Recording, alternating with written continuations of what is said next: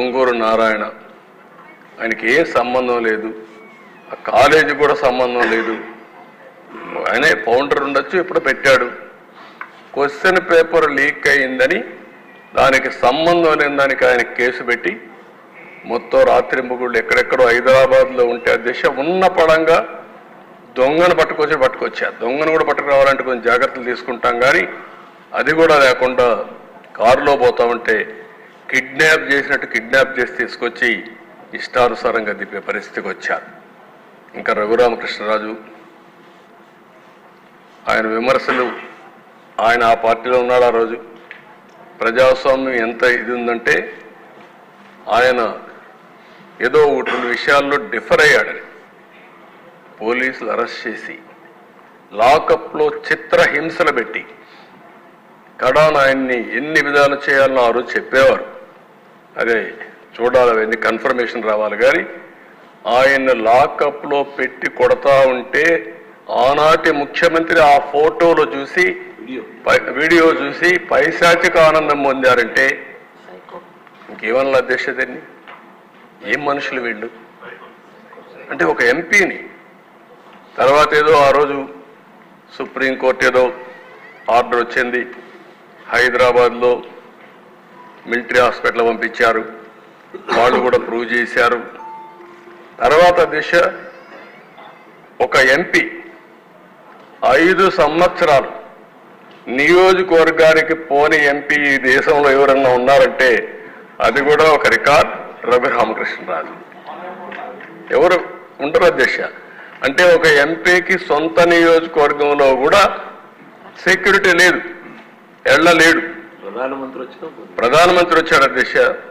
ఆయన పాప హైదరాబాద్ నుంచి రావడానికి ఆ రోజు ట్రైన్లో బయలుదేరాడు.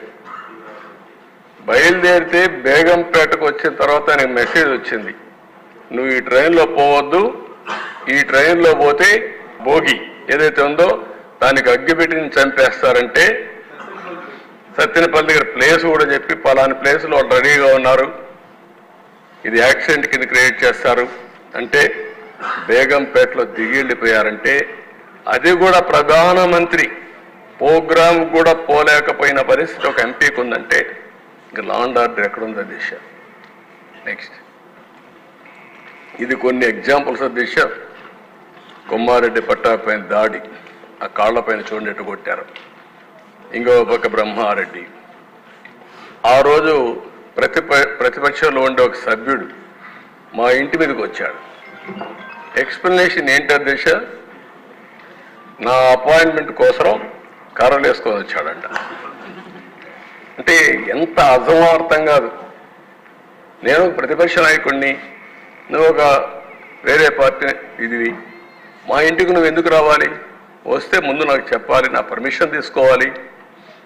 కనీసం చెప్పకుండా వచ్చి ఇది చేస్తే ఆనాటి డీజీపీ ఒక మాట అంటాడు అధ్యక్ష, నేను అమరావతికి వస్తామంటే నా మీద చెప్పులు రాళ్లతో దాడి చేశారు. ఆయన స్టేట్మెంట్ ఇస్తాడు డీజీపీ, ప్రజాస్వామ్యంలో ప్రజలకు కోపం వచ్చినప్పుడు భావ స్వేచ్ఛ ఉందని ఒక స్టేట్మెంట్ ఇస్తాడు డీజీపీ. అదే మరి దీనిపైన కూడా వాళ్ళు స్టేట్మెంట్ ఇచ్చే పరిస్థితికి వచ్చారు.